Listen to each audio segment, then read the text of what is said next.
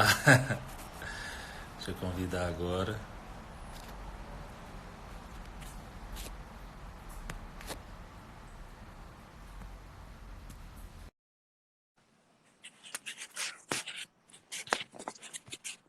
Elisa, eu te convidei aí. Aí. Oi, oi, Edu. Tava com dificuldade aqui para ligar. Agora deu certo. Deu uma caída e agora voltou. É, porque eu atrasei um pouquinho aqui, mas vamos começar. Então, assim, para quem não conhece a gente, né? Então, vamos nos apresentar. A Melissa eu já conheço já tem muito tempo, desde 2010. Ela foi minha staff quando eu estava fazendo ginecologia lá no HFA, no Hospital das Forças Armadas, lá em Brasília. Então, ela me ensinou muita coisa, me acompanhou nessa formação da ginecologia, numa ginecologia que hoje a gente vê de uma maneira diferente, né? Verdade. Mas, e aí, a gente ficou muito tempo sem nos ver. Depois que eu terminei a residência lá em Brasília, eu voltei para Goiânia para casar com a Tami. E depois de, acho que mais ou menos o quê? Uns 7 anos, né? 6 anos. Aí, de repente, eu recebo uma ligação da Melissa, inesperada, mas isso aí depois a gente conta. Então, vou deixar primeiro para a Melissa se apresentar. E aí a gente continua depois para falar, enfim, do que a gente veio para falar. É. Então, acho que é muito mais comum o pessoal te conhecer, porque é muito mais gente do seu Instagram do que do meu, né? Por enquanto, Mas por enquanto. eu sou Melissa, ginecologista, ah, enfim, sou especializada em reprodução humana e trabalhei com reprodução humana durante uns 10 anos da minha vida, né? E sim, isso quer dizer que eu já fiz fertilização in vitro nessa vida, que já fiz inseminação, né? E enfim, depois que eu fui para a comunidade Shalom, eu me converti realmente profundamente. E quando Deus me tocou o coração de que eu tinha que ser católica em todos os pontos da minha vida, inclusive na minha profissão, Deus me deu a luz da Napro e olha que coisa mais linda. O Eduardo, que tinha sido meu residente, era agora a pessoa para poder me ensinar a seguir esse caminho tão iluminado, né? Tão de Deus na vida do pessoal que sofre com infertilidade, né? Então, hoje em dia, eu sou especialista em napotecnologia, né? É o que a gente trabalha. E moro em Goiânia, moro em Brasília e é isso, o que mais? Sou casada, mãe de 3 filhinhas. Então, e que a gente pensado assim, como é que a Napro chegou na nossa vida, né? Então, assim, eu vou falar um pouquinho como que a Napro chegou na minha vida. Eu não fui, enfim, eu tive uma conversão um pouquinho lenta, né? Então, assim, a gente fala assim conversão porque para ser católico, a gente tem que obedecer a nossa doutrina, tem que obedecer o que nossa igreja nos orienta.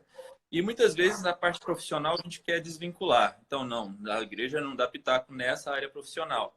Só que tem as questões morais que também envolvem nossa questão profissional, né? Então a gente tem o costume de dissociar isso. Não, a minha prática não é laica, né? Mas o meu agir, o que eu faço na minha profissão tem implicações na minha alma. Então é a partir disso que veio a mudança. Então comecei uma prática normal da ginecologia, colocando DIU, prescrevendo anticoncepcional, fazendo tudo que eu aprendi a fazer, né? E até o que eu aprendi na residência, como todos da ginecologia, o que a gente aprende é que realmente o anticoncepcional é a oitava maravilha do mundo. É o que realmente resolve o problema da mulher em todos os sentidos. Então é isso que eu sabia fazer. E quando eu fui para a prática, né? Apesar de não usar com a minha esposa, porque a gente estava fazendo uma preparação para casar, num grupo católico bonitinho, que ensinava a doutrina direitinho, mas tem a questão de coparticipação em pecado grave, que foi a Tami que me alertou. Falou assim, olha, existe um tal de coparticipação que você sabendo de toda a verdade, mesmo o paciente não sabendo, você tem participação no pecado da paciente. E aí, de uma hora para outra, foi em 2015, eu falei assim, então chega, então vamos ser diferente. Mas como, né? Porque eu não aprendi.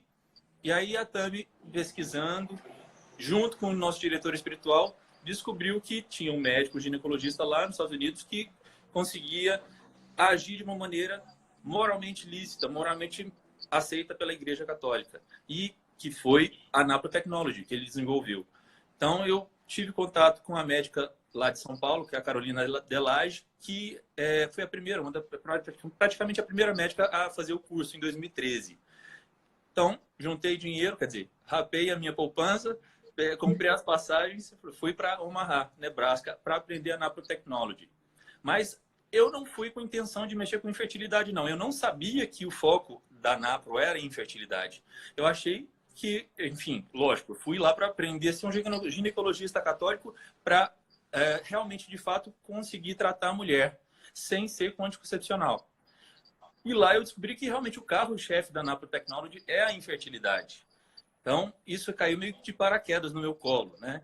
Porque eu não tinha vivência nenhuma de reprodução, eu não sabia como hoje, graças a Deus, eu agradeço demais a Melissa ter entrado no grupo, porque ela me ajudou demais a melhorar a minha prática clínica, a melhorar essa maneira, esse dia a dia, que depois de 10 anos da reprodução, muita coisa você sabe que pode auxiliar, que é totalmente lícito de ser feito, né? Então, é desse jeito que a Napro caiu na minha vida. E eu agradeço a Deus imensamente, porque não só a infertilidade, mas depois a gente vai falar de todos os problemas que são possíveis se tratar sem usar algum hormônio artificial. E a questão para você, por exemplo, a Napro, o que fez de diferente na sua vida profissional? Eu já, né, trabalhava muito com infertilidade. E assim, a Napro, quando eu me deparei com a Napro, eu vi o quanto a reprodução humana, ela deixa de pesquisar, sabe? Ela deixa o diagnóstico para trás.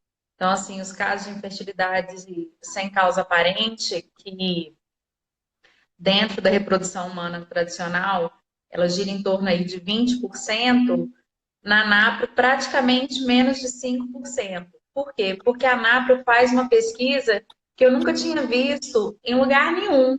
Então, assim, isso da Napro me encantou, sabe? Porque o ciclo hormonal da mulher é um ciclo que não é linear. Então, não adianta você querer fazer o diagnóstico do hormonal da paciente assim, vou fazer no terceiro dia do ciclo, que era o que a gente fazia, ou então a progesterona no 21º dia do ciclo, e não levar em consideração o dia que a paciente ovula, né? Os hormônios da mulher, eles são, né, ondulares, digamos assim. E a Napro faz um mapeamento para poder fazer o diagnóstico do ciclo inteiro, né? Então, assim, é uma coisa que realmente tem me encantado a cada dia, né? E as ovulações, as diferenciações, os detalhes que ela pega de cada ovulação, isso quer dizer, a reprodução humana não importa com isso. Por quê? Você faz aí 3 ciclos de indução, de coito programado, enfim, que use clomídia ou que mesmo use o hormônio diretamente. Não deu certo, vai para fertilização in vitro, né? Mas acontece que para a Igreja Católica, enfim, isso não era uma opção, né? E aí o Dr. Hilgers foi atrás e teve esse trabalho todo de mapear o ciclo menstrual, o ciclo hormonal, de levar em consideração o muco. Vê bem, eu nunca tinha prestado atenção no muco na minha vida. E o que eu queria ver com esse muco, gente? O que tem esse muco? E a Melissa falou assim, não, eu não tenho muco, eu não tenho, não tem como eu avaliar isso, porque eu não tenho. É verdade, só depois de fazer o Creighton é que eu descobri que eu tenho muco. Ai, ai. Mas a Mas se questão fosse não é, depender. por exemplo, como você falou, você encaminha a fertilização. O problema é que eu vejo que muitos casos que são encaminhados para fertilização, os que dão certo são os que não precisavam de fertilização. foram os que não foram tão bem investigados e não foram tão bem tratados.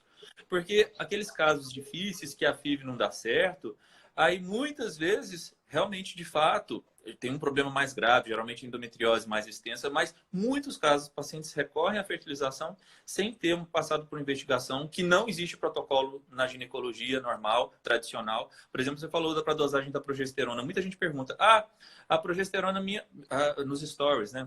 As perguntas que eu falo. Muita gente falando, minha progesterona é normal. Se você for seguir por valor de referência do que o laboratório diz, né, você vai achar que está tudo normal. A parte da fase lútea, normal de 3 até 26. Então, se tiver 3, ótimo, está normal. Não está normal.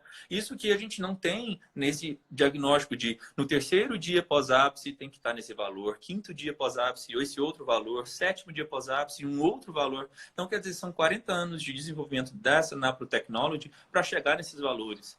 Então, assim, eu até acho estranho não ser tão mais disseminado isso tudo, né? E não ter virado um protocolo mundial, porque isso aí, para mim, é um avanço tão grande que ficou e é desconhecido para nós.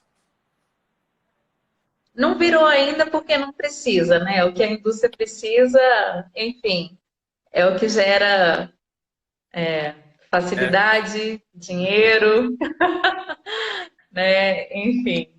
E por isso que não virou. Mas quem sabe um dia, né? A gente vai rezando e chega lá. E assim, tem outra coisa muito diferente que a ANAPRO faz, que a gente também não consegue ver em lugar nenhum, é o acompanhamento da progesterona na parte obstétrica, né? Eu, Melissa, não faço obstetrícia, pelo menos não mais ou não por enquanto. Me vejo sendo assim, pressionada a cada dia mais a voltar para a obstetrícia. O que eu tenho feito com as pacientes da ANAPRO? Eu falo, olha, eu vou controlar a sua progesterona, vou ajudar, você vai dosar a sua progesterona a cada 15 dias e vai me mandar. E assim, não adianta falar para o seu médico obstetra, porque ele não vai saber qual que é a dosagem normal, ele vai achar que isso é uma loucura. Mas a gente sabe, né, que a progesterona serve para poder ajudar a segurar a gestação, a evitar trabalho de parto prematuro, a evitar pré-eclâmpsia, né? É muita coisa. E a dosagem da progesterona normal e ideal, daquele jeito que a gente conhece, é só uma tecnologia também que mostra. Né? Foram muitas pesquisas, muitos anos pesquisando para poder mapear essa progesterona, para a gente poder saber quanto que está a progesterona a cada semana da gestação. Né? Assim, é um protocolo muito diferenciado. O protocolo também para aborto de recorrência. Isso quer dizer, aborto de recorrência é muito engraçado, porque assim, em todo o congresso, aborto de repetição é uma coisa assim que é difícil de ser tratada, né? É difícil de conseguir tratar. E assim, a NAPRO tem um protocolo para abortamento de repetição que eu nunca tinha visto, né? Em lugar nenhum. E olha que a gente estuda. Essa questão de aborto e repetição é o que mais afeta. Porque assim, nós, a Tami e eu, passamos por um aborto. Então a gente sabe, viveu na pele que não é legal.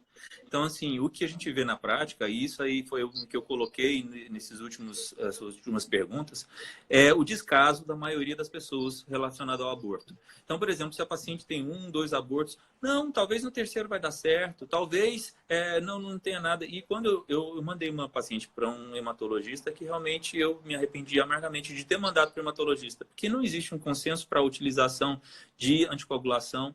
Não existe um cuidado maior para quem passou por uma perda. E a NAPRO, eu percebo que você faz uma prevenção. Por exemplo, faz parte do protocolo até a gente pedir uma investigação de trombofilia antes mesmo da pessoa tentar engravidar. De repente, uma pessoa está com infertilidade, eu costumo pedir a pesquisa de trombofilia antes mesmo. Lógico, eu não quero que, de repente, ela tenha um aborto e aí eu começo a investigar.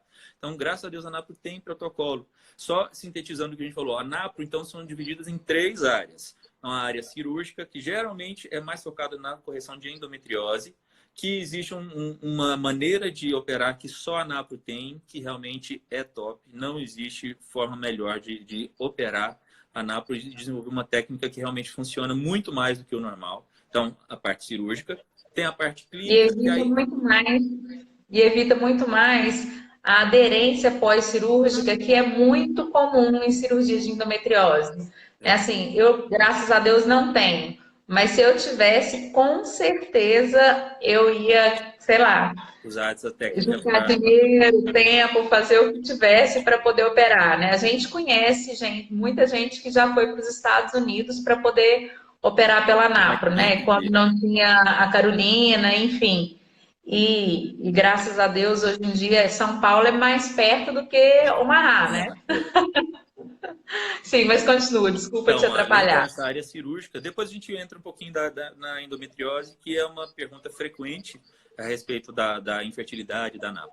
Então, a parte clínica, ela vai, até mesmo a parte clínica, é bom frisar que não é necessariamente só o ginecologista que pode cuidar. Então, muitos médicos de família fazem o curso da NAPRO para atuar nessa parte clínica, né? Que tem muito de ginecologia endócrina, de investigar o que, de fato, as alterações hormonais que podem surgir e podem interferir no ciclo. Então, por exemplo, alteração de tireoide, alteração de prolactina, alteração da própria progesterona podem interferir no ciclo. Então, nós vamos avaliar o ciclo dela e as alterações do ciclo e corrigir as alterações. Dismenorreia, cistos ovarianos, tudo isso é possível de tratar sem você recorrer à pílula para tentar resolver, mascarar dessa forma. Além dessa parte clínica, que tem a parte também perinatal, que a gente tinha comentado, né? Esse protocolo de dosagem de progesterona durante a gravidez inteira. Então, eles fizeram um protocolo para saber que com 8 semanas de gestação é normal ter uma progesterona acima de, um exemplo, de 36. Já com 12 semanas de gestação, tem que estar acima de tanto. Ao longo da gravidez, a progesterona tem que subir até chegar ao máximo antes do parto, geralmente imediatamente antes do parto. Realmente tirou a placenta, diminuiu a quantidade de progesterona. Mas ao longo da gravidez, isso vai predizer algumas alterações que podem vir. Então, por exemplo, quando eu terminei o curso, eu meio que quis fazer um teste, né? Algumas pacientes eu comecei a dosar progesterona para todas, mas algumas eu não repus, não coloquei, não comecei a usar a progesterona para repor. Algumas eu fiz o protocolo bonitinho. As que eu não fiz a reposição tiveram mais parto prematuro ou tiveram um aumento pressórico no final, que eu cheguei até a fazer um parto prematuro com 35 semanas, porque ela desenvolveu DEG. Então, assim, eu percebi na minha prática, para comprovar que realmente é preciso avaliar a progesterona na gravidez. Quem mandou? Bem feito. Tem uma paciente que ela tinha incompetência em estímulo cervical. Os últimos partos foram partos prematuros. A gente começou a usar progesterona, ela chegou até 40 semanas e 3 dias. Tá vendo? É, Claro que nós enfim. colocamos o Mas PSA.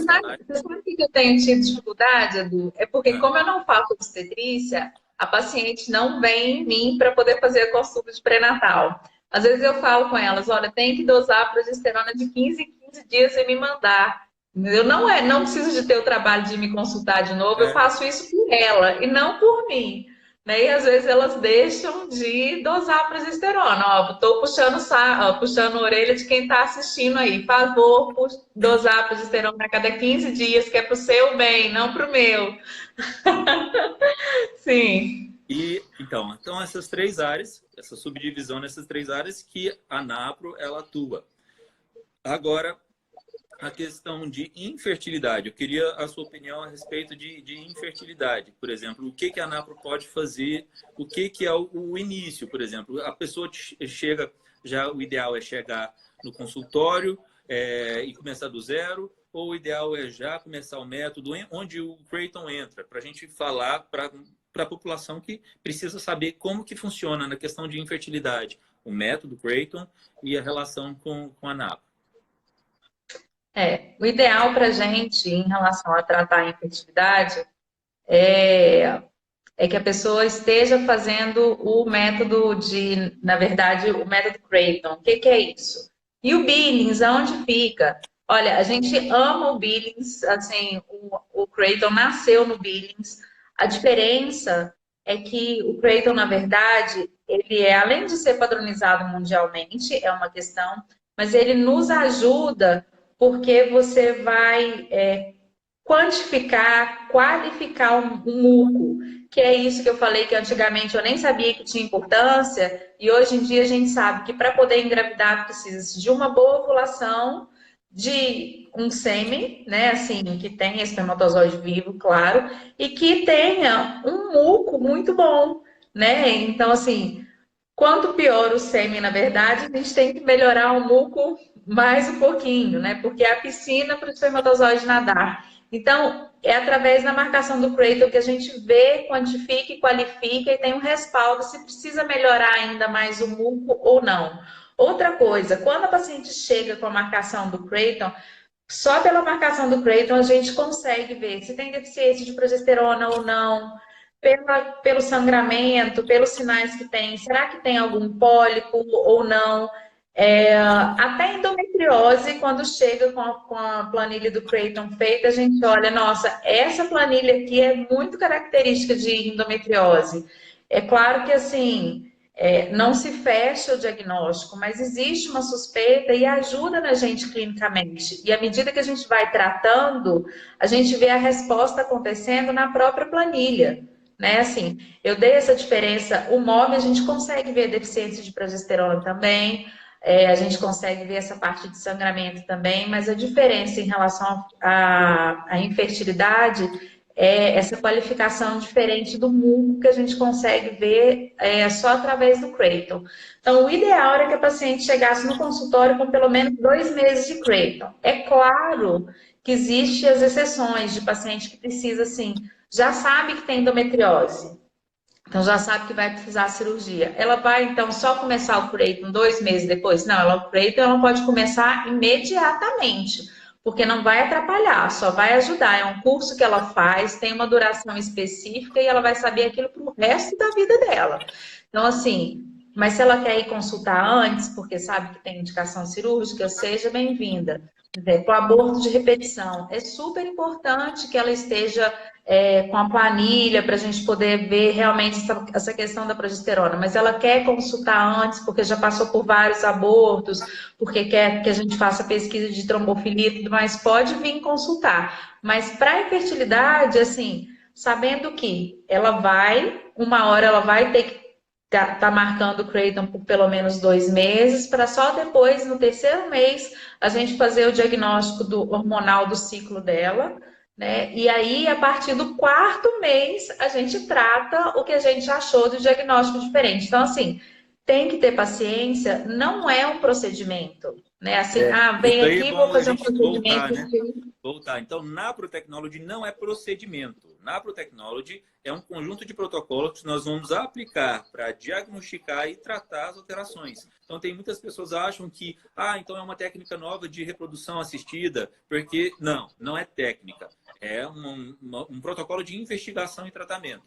E a questão do Creighton tem que ser valorizado e tem que levar a sério, porque a gente precisa dessa ferramenta para acompanhar o desenvolvimento e o tratamento da paciente. Então, tem pacientes que, de repente, começam a desleixar, não achar interessante preencher, e isso aí faz alteração no acompanhamento, porque, assim, tem pacientes que vão ter uma resposta rápida, mas tem pacientes que vão demorar a ter uma resposta. E isso aí pode muitas vezes ter 8 meses de tratamento e ainda não ter uma gravidez. Mas se ela continuar anotando, é o que vai mostrar para a gente se a gente está no caminho certo ou não, né? Com certeza. E assim, em relação ao Creighton, a visualização tem que ser o tempo inteiro. Eu que sou mulher, eu falo, olha, eu passei hoje o dia inteiro seca. Chegou agora, antes do banho, eu já tinha ligado o chuveiro e falei assim, não, deixa eu ir que eu não vi antes do banho. Voltei e pronto, tinha bem um muco elástico no Creighton, a gente chama de 10 CKL, né? Então, presta atenção, uma vez só que eu ia deixar de ver isso e ir embora no banho. Então, é importante a gente aprender, é importante também a gente fazer e fazer do jeito correto, né? Porque deixar de ver um muco 10 CKL é... no meu caso, é gravidez certeza, né? Aqui também. Ai. Graças a Deus. Mas para quem está chegando, Enfim. Caiado, aqui, Naprotechnology é tecnologia de procriação natural. É uma sigla para isso tudo, né? Então, a tecnologia de procriação natural. É porque perguntaram aqui, eu só estou respondendo. Mas, voltando ao assunto da Napro, vamos falar um pouquinho só das alterações que a gente mais vê, tipo assim, frequentes, né? Que eu acredito que seja no caso de infertilidade. Seria SOP e endometriose, né? É verdade. Endometriose é o que mais que a gente encontra, né? Principalmente as pacientes, no caso, com infertilidade. A questão de endometriose, as pacientes têm muitas vezes muita resistência à questão da cirurgia. A Napro, ela tem um protocolo para utilização de medicações anti-inflamatórias, tem o uso da naltrexone, que é muito utilizado nos Estados Unidos e na Europa, a naltrexone, que aqui realmente não tem o costume, ninguém tem o costume de prescrever, mas tem muito protocolo que realmente melhora. O que, nessa questão de naltrexone, é bom frisar que aqui no Brasil, infelizmente, nós não temos como dosar beta-endorfina. Então, para a endometriose, a Naprotechnology percebeu que geralmente a maioria das pacientes tem beta-endorfina mais diminuída. E a beta-endorfina é um potente anti-inflamatório que nós produzimos. Então, lá nos Estados Unidos, Europa, lógico que lá tem como dosar a beta-endorfina. Aqui, eu ainda não achei nenhum laboratório, donos de laboratório, quem trabalha no laboratório, vamos tentar trazer para cá para conseguir dosar a beta-endorfina, que isso é importante para a gente tratar a endometriose. Então, nesse caso, tem as medicações anti-inflamatórias. A gente sempre fala que também, para endometriose, associado com o tratamento, precisa ter dieta anti-inflamatória e muitas vezes não vai ter como escapar da cirurgia. Então, muitas vezes eu falo para o paciente, olha, vamos tentar alguns meses, já que eu encontro uma resistência para a cirurgia, e olha, não funcionou, tem que partir para a cirurgia, né? Mas essa questão de técnica, não é qualquer pessoa, porque realmente a gente indica para operar. A gente vai falar de novo da doutora Carolina Delage, a nossa colega lá de São Paulo. Ela tem uma técnica bem mais próxima, né, da Naprotechnology mesmo, na técnica do Dr. Hilders. Então, tem paciente minha de Brasília, que antes da Melissa ir, né, enfim, era uma paciente minha de Brasília, que eu indiquei que fosse para Carolina. Ela já tinha tentado FIV sem sucesso, já tinha tentado inseminação, não tinha dado certo, ela tinha endometriose. Mandei para a Carolina operou e ela engravidou, o bebê já nasceu, então já está feliz com o bebezinho dela. Então, a questão de cirurgia, alguma coisa mais para acrescentar, Melissa?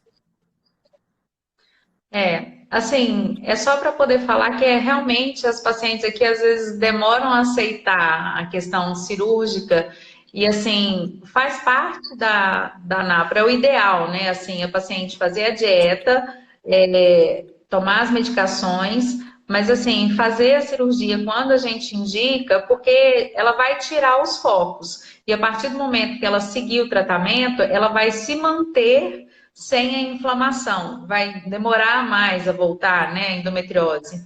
Enfim, e assim, a gente sabe que a fertilidade tem muito a ver com os anos. Então, se a paciente tem menos de 35 anos, tudo bem, vamos tratar 6 meses, um ano, tentar fazer de tudo, e aí depois, se não der certo, a gente opera. Mas se a paciente tem mais de 40 ou em torno disso, e assim, a gente tem uma suspeita de endometriose, tem uma esterossalpingografia que assim tem uma aparência de aderência, alguma coisa assim, é muito importante que ela faça a cirurgia, sabe? Assim, porque a gente não pode perder tempo.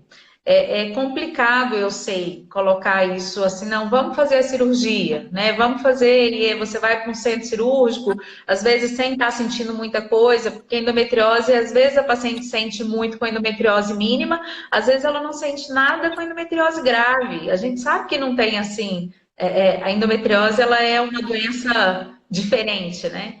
Mas então, que quando a gente indica, é para a paciente realmente pensar aí com o coração e seguir as E eu nossas vejo, orientações, né? e eu vejo paciente com medo de diminuição de reserva ovariana.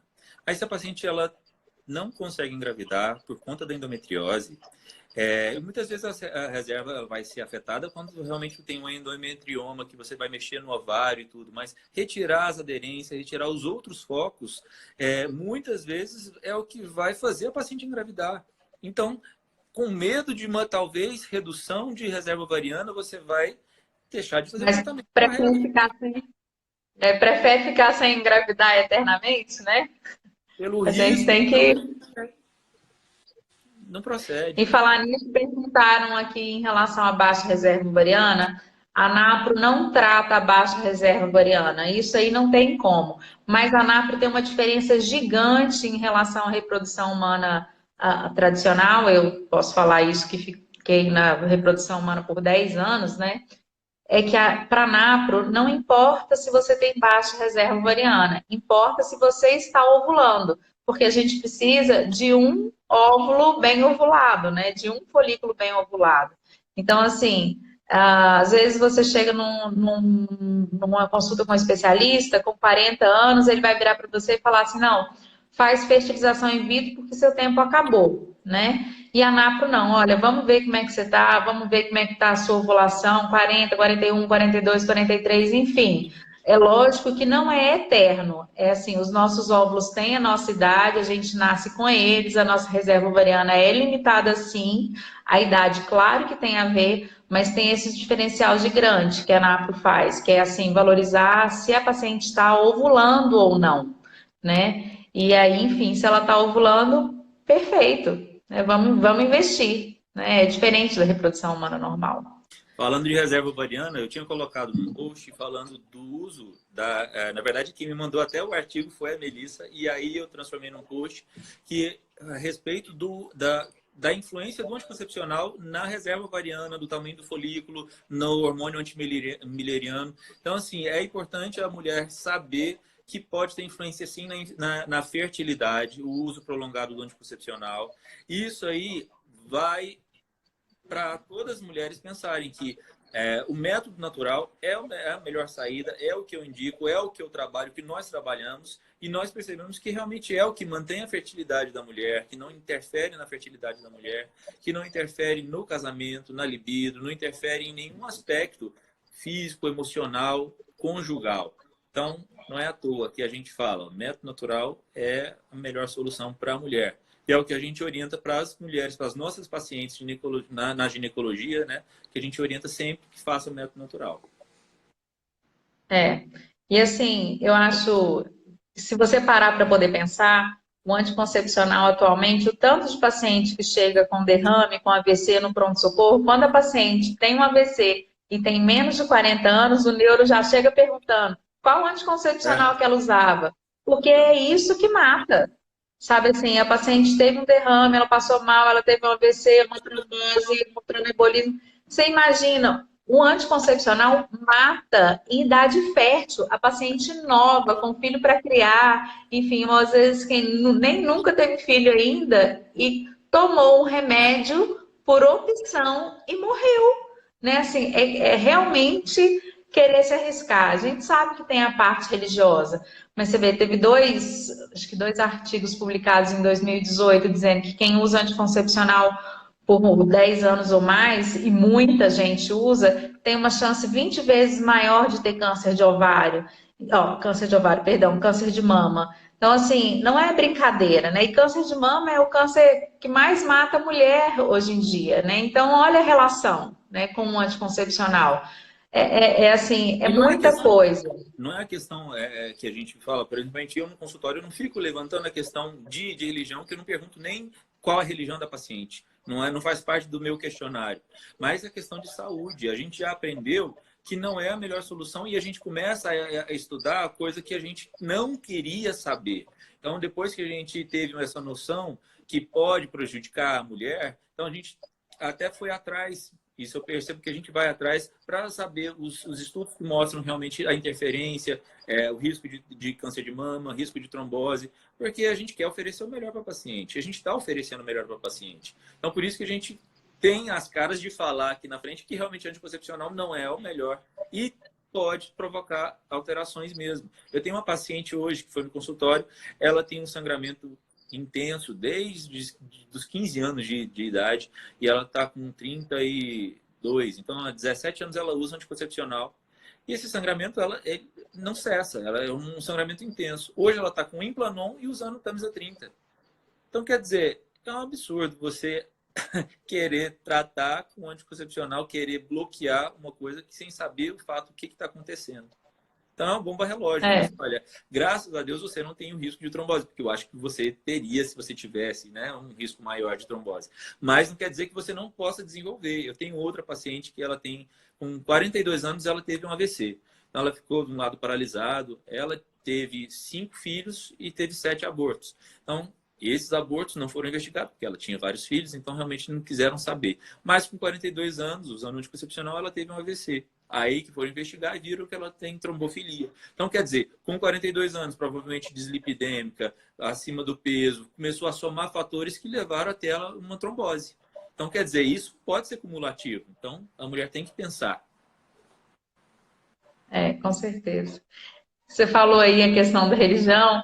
Eu lembrei de um assunto que eu falei com você que eu ia tocar na live, que era a questão do espermograma. Eu falei com uma paciente hoje, fala assim, olha, eu não pergunto se o casal é católico ou se ele não é católico. Eu só peço o espermograma e explico como é que é feito o espermograma da forma católica. Porque eu Logo não... eu vou falar do que a NAPRO pode fazer no homem. Aí a gente entra nesse assunto.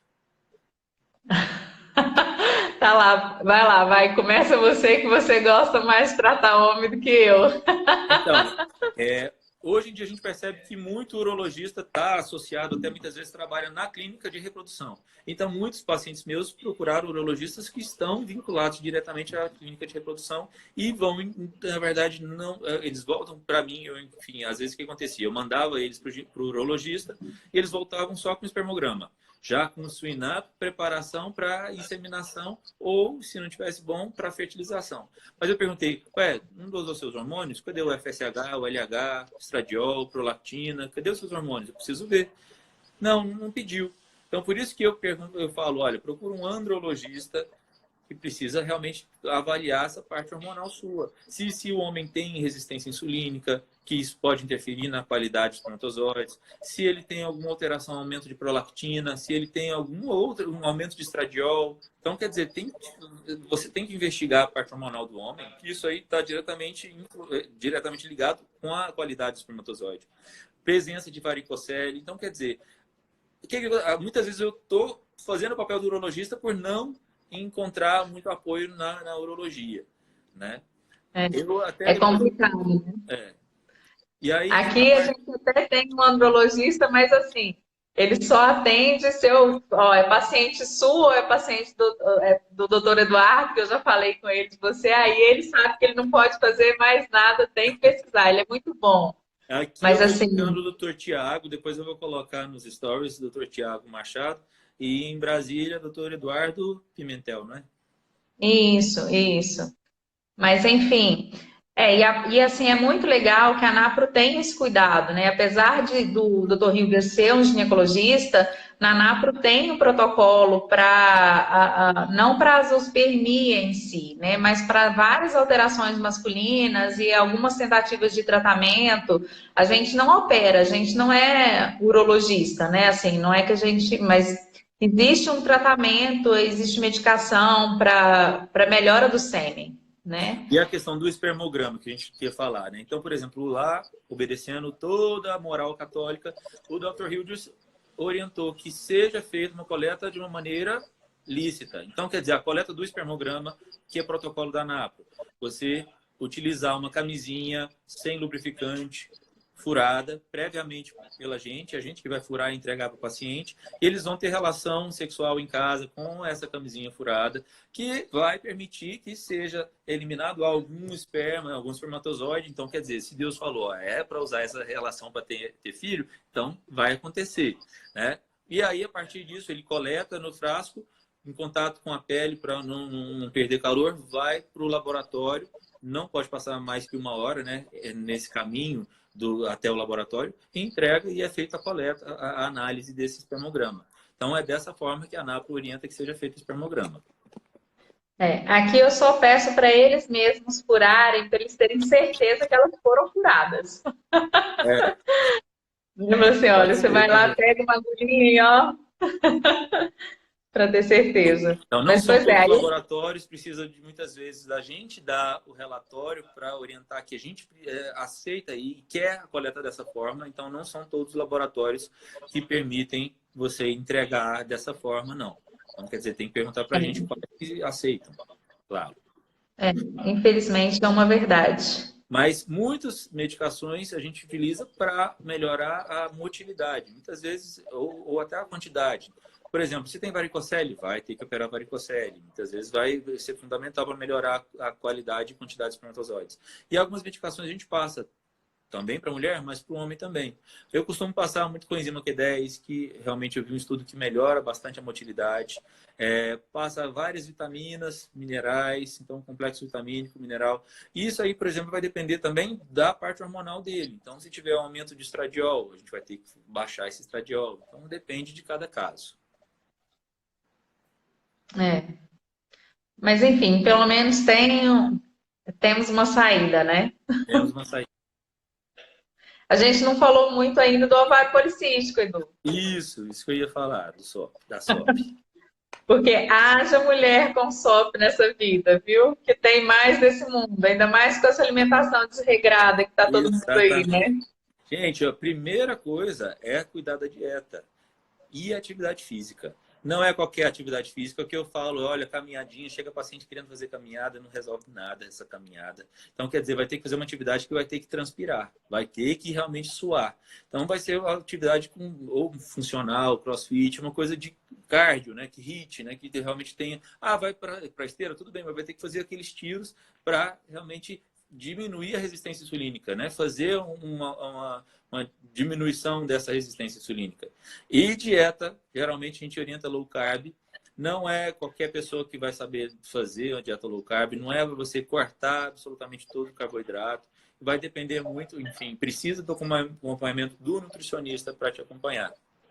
Então, quer dizer, a primeira coisa, vai ter que fazer dieta e vai ter que fazer atividade física. A gente vai entrar com medicação? Vai. Mas isso é fundamental. E até para o estímulo, quando a gente precisa de induzir o ovário, induzir a ovulação, se ela está seguindo a dieta, se ela está fazendo atividade física, enfim, a resposta ovariana é muito melhor, né? É excelente, porque se ela não faz nada disso, a gente induz e assim é nadar e morrer na beira da praia, Por né? falar Às em vezes o induzir, ovário não responde. tem muita gente que acha que indução não pode. Indução é totalmente lícita. Então, induzir a ovulação não é nada artificial, assim, do ponto de vista fisiológico acontecer. Você vai dar um estímulo para esse folículo crescer e ser estimulado no tempo certo para ter a ruptura. Então, quer dizer, tudo acontece naturalmente com a gravidez, nada vai interferir no processo fisiológico de formação da vida. Então, quer dizer, tem muitas pacientes que perguntam, não quero fazer indução, o médico orientou a fazer indução. Não tem problema fazer indução da ovulação. E a questão eu tenho pacientes que muitas vezes realmente só vão responder com doses mais altas do indutor.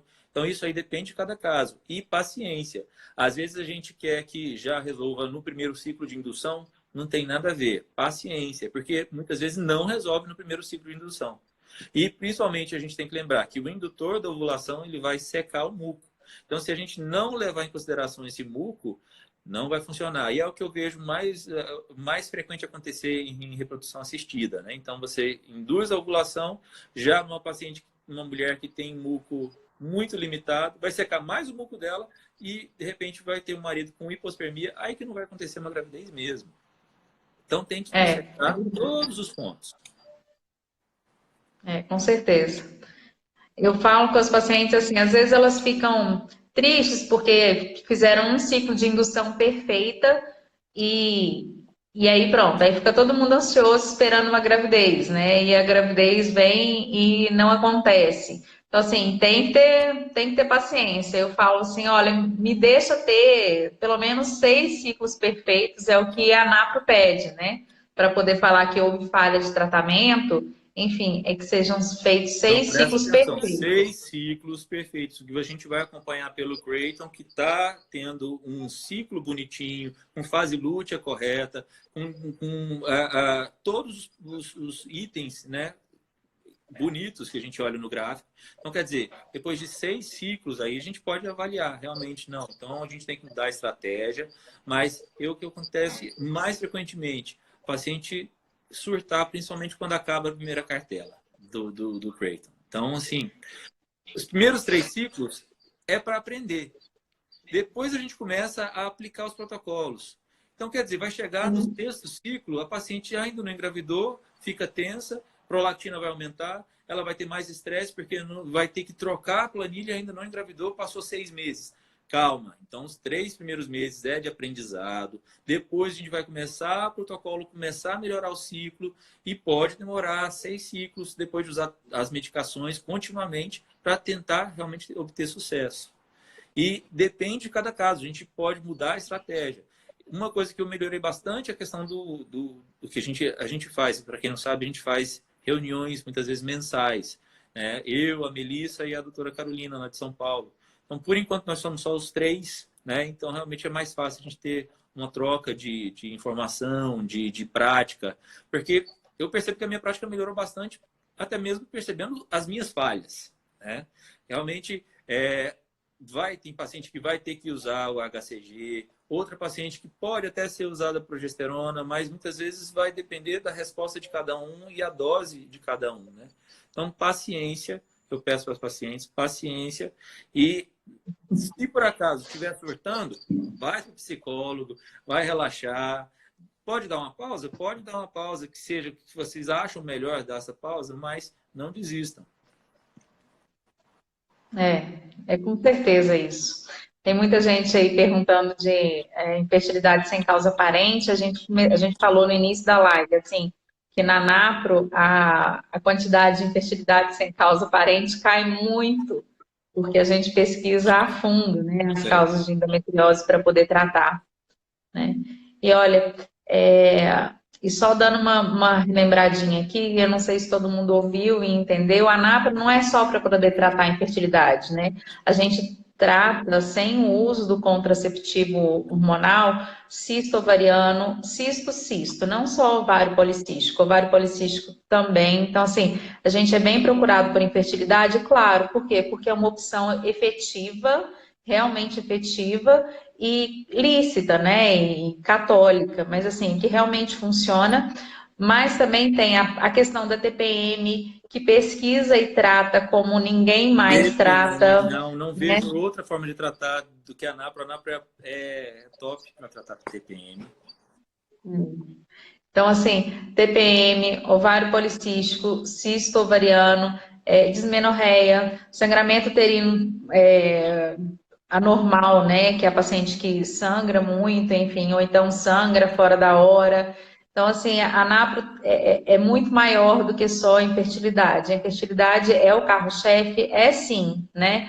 Mas é assim, é uma opção para muita coisa que se tratava antes com o anticoncepcional. Antes não, né? Que ainda se trata com o anticoncepcional.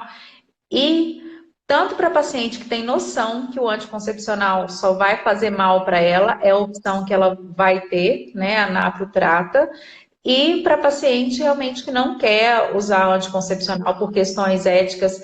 A gente tem a nossa colega Carolina Delage, que ela nem gosta de falar muito da questão religiosa, né? Porque a NAPRO é muito eficiente, ela é muito científica, então ela fala, gente, por mais que tenha a ver com religião, a questão é a efetividade, que a NAPRO é tudo de bom nessa vida, enfim, é realmente tudo de bom. Mas, assim, tem a questão dos anticoncepcionais causando abortos ocultos? Sim, né? Principalmente o Mirena, que é o DIU da vez, né? Que eu usei por tantos anos e que causa tantos abortos ocultos, né? A gente sabe que 80% dos ciclos são ovulatórios, enfim, e que a paciente não engravida não porque ela não fez o embrião, mas porque ele escorregou no endométrio, né?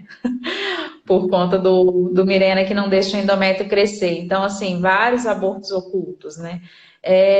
E pronto, e a NAPRO é essa opção que a gente tem. é uma opção fantástica, efetiva para poder tratar isso tudo de patologia e deixar de ser só um prescritor de anticoncepcional, né? Eu sei, olha, gente, não chega e fala assim, o meu médico, porque é culpa do meu médico. O seu médico também não tem culpa. Ele aprendeu, a gente aprendeu que se tratava assim, que era isso que tinha que fazer, sabe? Então, assim, não é culpa, ele simplesmente não sabe que existe essa outra opção. Não é que ele está te fazendo mal porque ele quer fazer, ele só aprendeu a fazer assim. Então, assim, acho que a gente tem que passar a rezar pelos médicos também, para que cada vez mais médicos se convertam, né? E procurem uma opção lícita de tratamento, né? Principalmente na ginecologia. Quando Deus me falou aqui no coração que eu tinha que ser uma ginecologista católica, eu falei, gente, como é que eu vou fazer para poder manter minha casa, né? Porque a única coisa que eu sei é prescrever anticoncepcional, é fazer fertilização, fazer inseminação, enfim, colocar a DIU como ninguém. E por que sobrou? Ai, ai, enfim. E aí foi quando a ANAP surgiu, e Eduardo surgiu, e tá tudo certo. Porque, assim, o que eu vejo que muitos colegas, mesmo aqueles, realmente os católicos que entendem isso, ficam sujeitos a focar em obstetrícia e só obstetrícia, realmente fogem da ginecologia com medo disso, né? Então, quer dizer, você trabalha livremente. Eu trabalho livre, sabendo o que eu faço. Eu tenho um livro de 1.200 páginas para me dar respaldo para o que eu faço. Não é da minha cabeça. Então, eu posso falar para qualquer colega, falar assim, não estou falando da minha cabeça ou do achismo. Eu tenho um livro conceituado, grande, que realmente me dá esse suporte. Então, eu não tenho que focar na obstetrícia para fugir dessas questões morais, ou tenho que ir para a mastologia. Enfim, eu posso ser ginecologista de fato. E é isso que eu acho bonito na NAPRO, que me fez estar aqui até hoje e continuar. E estimular outros colegas. Quando Deus me falou isso, eu falei com ele, então beleza, eu vou voltar a fazer parto e tá tudo resolvido, né? Mas não, então assim, o que eu quero dar testemunho é que Deus me pediu para que eu fosse uma ginecologista mesmo, né, católica, e assim, o testemunho não só de trabalhar nesse meio, mas de ter vivido, de ter usado o DIU por vários anos, não só de ter prescrito, né, mas por ter usado, por ter feito. Então, assim, sempre é tempo, né, sempre é tempo. Se você não usa, mas conhece alguém, enfim, conversa, e a gente sabe que não é a opção mais saudável. Hoje em dia a gente sabe, né? Mas sempre é tempo de se fazer melhor, né? Do melhor para a sua saúde, e sim, porque não o melhor para a eternidade, né? Exatamente.